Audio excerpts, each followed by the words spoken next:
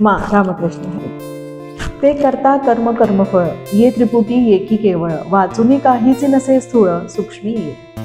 माऊलींनी भगवद्गीतेतील गहन तत्वज्ञान सोप्या शब्दात उलगडून सांगितलं आहे। या ओवीत त्यांनी कर्ता कर्म आणि कर्मफळ यांची त्रिपुटी आणि तिचे एकात्म स्वरूप स्पष्ट केले आहे। जीवनातील व्यवहार आणि अध्यात्म यांना जोडणारे हे तत्वज्ञान मानवाला मुक्तीचा मार्ग दाखवते।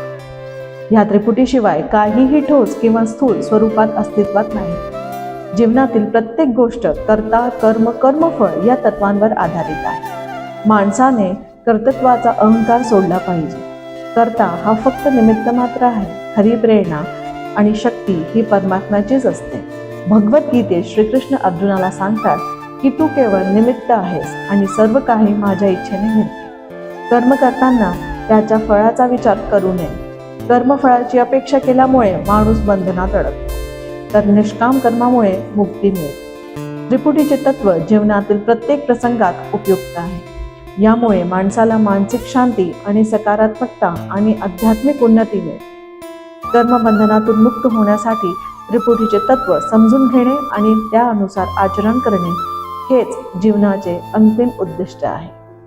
वाचावी ज्ञानेश्वरी, डोळा पहावी पंढरी, घरोघरी ज्ञानेश्वरी।